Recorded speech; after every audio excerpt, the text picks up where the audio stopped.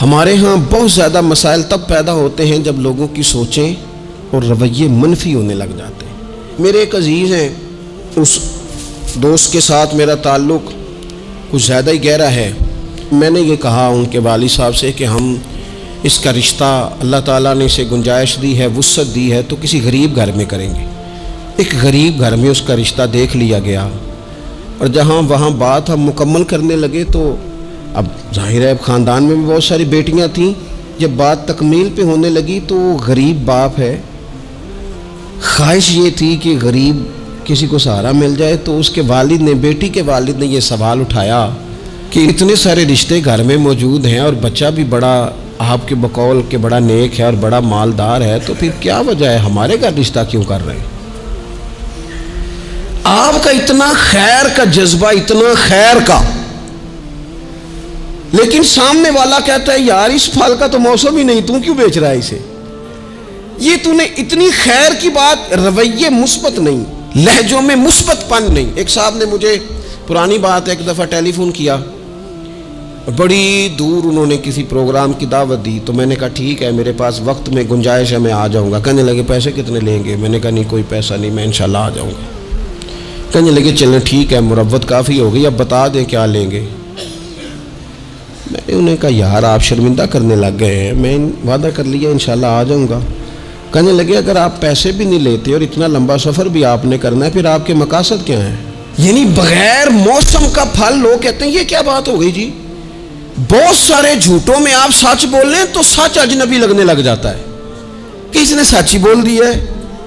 اتنی ساری منفی باتوں میں ایک مثبت بات کریں تو وہ مثبت بات تھوڑی انوکھی انوکھی سی لگنے لگ جاتی۔ رسول کریم نے جب مثبت رویے دیے نا، مثبت، تو جو سوچیں صدیوں سے منفی ہو گئی تھیں وہ یہ خالص گھی ہضم نہیں کر سکیں۔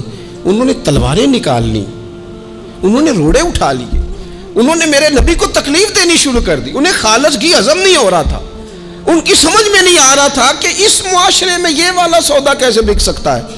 ایک رات وہ سارے تلواریں، نیزے، برچیاں لے کے میرے نبی کے گھر کا محاصرہ کرنے لگے، حضور کو شہید کرنے آ گئے۔ ان کے ہاتھوں میں تلواریں ہیں کہ ہم آج اس سچ کو معاذ اللہ مٹھائیں گے، اس خیر کے جذبے کو مٹائیں گے، اس دل میں جو اتنا درد ہے اس کی دھڑکن کو معاذ اللہ بند کریں گے۔ وہ سارے اتنا منفی سوچ لے کے حضور کے دروازے کا گھیراؤ کر رہے ہیں۔ قربان جاؤں اے معصوم آمنہ تیری شان پر۔ میرے رسول کیا فرما رہے ہیں؟ حضور فرماتے ہیں علی یہ پیسے لے لے اور لوگوں کی امانتیں واپس کر کے سویرے مدینے آ جانا۔ اور یہ لوگ جو دروازے پہ کھڑے ہیں نا، ان کی بھی امانتیں حضور کے گھر پڑی ہیں۔ ان کی سوچیں کتنی منفی ہو گئی کہ وہ شہید کرنے آ رہے ہیں، اور کریم کی سوچ کا یہ حال ہے کہ حضور ابھی بھی ان کا بھلا ہی سوچ رہے ہیں۔ وہ روڑے مار کے نا، روڑے مار کے گھر جا کے سو جاتے تھے، کانٹے بچھا کے رستے میں گھر جا کے سو جاتے تھے۔ وہ نبی کریم علیہ الصلوۃ والسلام کو معاذ اللہ تکلیف دے کے اپنے گھروں میں سو جاتے تھے۔ اور یہاں حالت یہ تھی کہ وہ جو پتھر مار کے سوئے ہیں نا، کانٹے بچھا کے سوئے ہیں، یہ نور سے بھرا ہوا وجود رات کو اٹھتا تھا اور ان پتھر مارنے والوں کی ہدایت کی دعا مانگنی شروع کر دیتا تھا۔ سلام اس پر، سلام اس پر کہ جس نے دشمنوں کو بھی کبائیں دیں، سلام اس پر کہ جس نے گالیاں سن کر دعائیں دی۔ ایسا انوکھا انداز، اتنی مثبت سوچ، اتنا مثبت رویہ۔ وہ احد کے اندر آ کے نبی پاک کے دانت شہید کر گئے، 70 صحابہ کو شہید کر گئے، اور شہید کر کے بس نہیں کی۔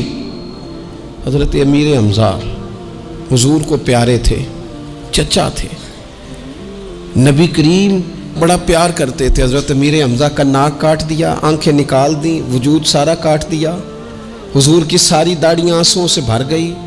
اتنا پیار حضور کو چچا سے، لیکن جب کہا نا حضور دعا کر دیں یہ تباہ ہو جائیں، تو نبی کریم کہنے لگے نہیں بھائی، میں تو یہ دعا کروں گا یا اللہ انہیں ہدایت دے دے، انہیں پتہ ہی نہیں یہ کیا کر رہے ہیں، شعور نہیں نا یار، تھوڑا سا مثبت ہو جائیں زندگی میں، تھوڑا سا مثبت ہو جائیں۔